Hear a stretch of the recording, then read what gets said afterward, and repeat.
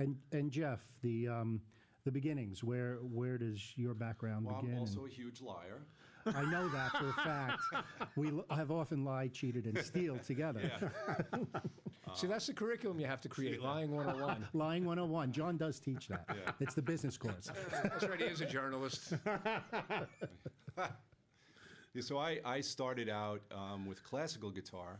When I was 10 years old, I heard Chet Atkins. I saw him on television, and my dad said, that's the best guitar player in the world, him and Andrea Segovia. And the first thing I saw Chet do, which was kind of interesting because he was playing a nylon string guitar, you know, and he's really known for playing like a Gretsch or a electric guitar. But the very first thing I ever saw him do was this, so I'll do a little bit of it, but it blew me away. It was this piece, I'm sure you know the, which had the tremolo.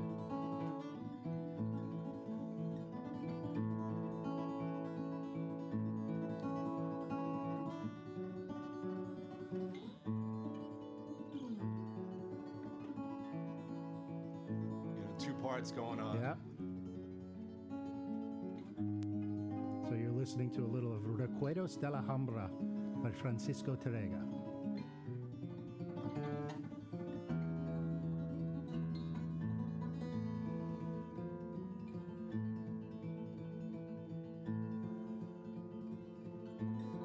And it was, you know, pretty mind-boggling to hear a guitar do that.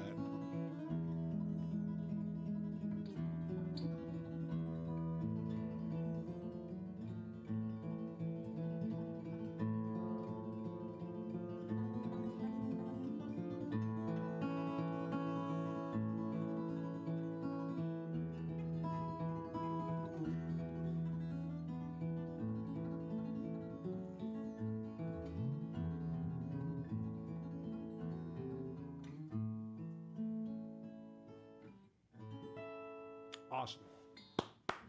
Yeah. So, that was the first thing that, you know, you thought, because there was two things happening for me simultaneously. It was the Beatles were, you know, I was born in 1961, so I was impacted huge by the Beatles. And when I first heard the Beatles, and at the same time hearing Chet and then Segovia from there. So it was those three things that I was obsessed with, which seemed completely odd and at other ends of the spectrum, but yet they really do inform each other. You know? Yeah, and we have a similar background, Same, a pedigree. right. That would be the same influences for me. So, you know, to me, hearing a guitar be so complete, you know, and then later on hearing what Chet did, those kind of,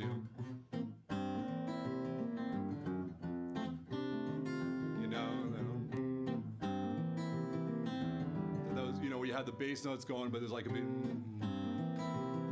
you know.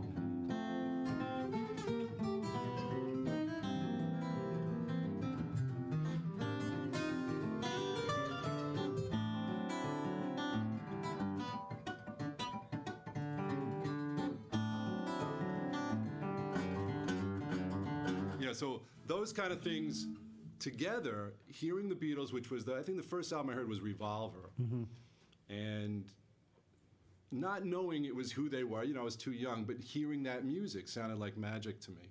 It still does. It still sounds to me, I don't hear the separate components when I hear Beatles. I just hear one thing, to this day. And it's a remarkable thing. To me, I'll say this, to me it begins and ends with the Beatles as far as songwriting, craft, brilliance, coolness.